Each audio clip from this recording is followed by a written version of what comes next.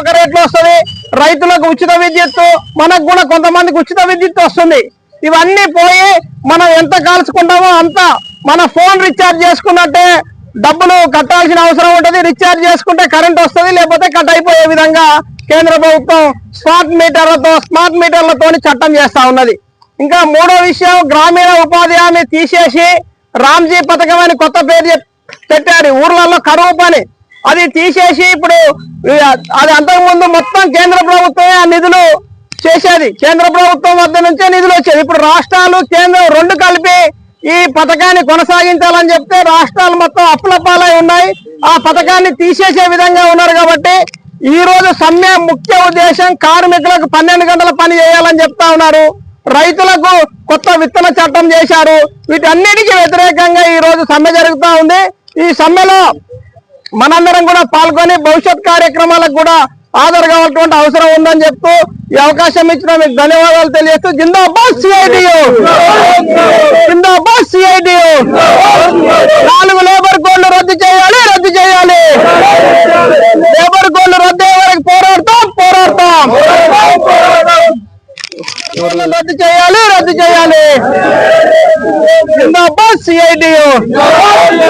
Dumping కార్మికుల ఐక్యత, dumping కార్మికుల ఐక్యత, డంపింగ్ కార్మికుల ఐక్యత.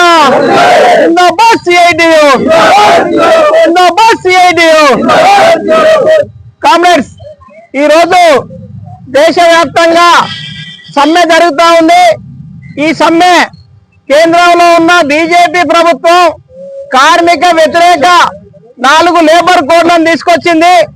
ఈ లేబర్ కోడ్లన్నీ కూడా మన కార్మికులకు వ్యతిరేకమైనటువంటి అని చెప్పేసి దేశవ్యాప్తంగా అన్ని కార్మిక సంఘాలు, వామపక్ష పార్టీలు, అన్ని ప్రజా సంఘాలు, స్టేట్ లో ఉన్నటువంటి కార్మిక సంఘాలు, ఆల్ ఇండియా కార్మిక సంఘాలు అన్ని కలిపి ఈ రోజు సమ్మెకు పిలుపునిచ్చాయి. ఈ సమ్మె ముఖ్య ఉద్దేశం ఏంటంటే మనం 8 గంటల పనిదినాన్ని తీసివేసే విధంగా ఈ లేబర్ కోడ్ లో ఉంది. అదే విధంగా కనీస వేతనాలు అడిగే హక్కు లేదు.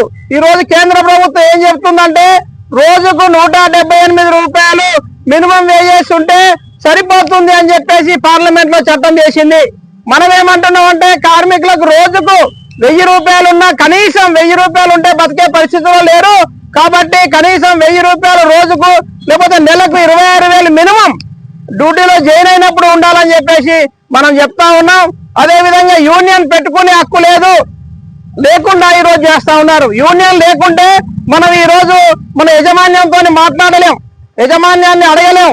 కాబట్టి యూనియన్ ఉంటే మన హక్కులు, మన చట్టాలు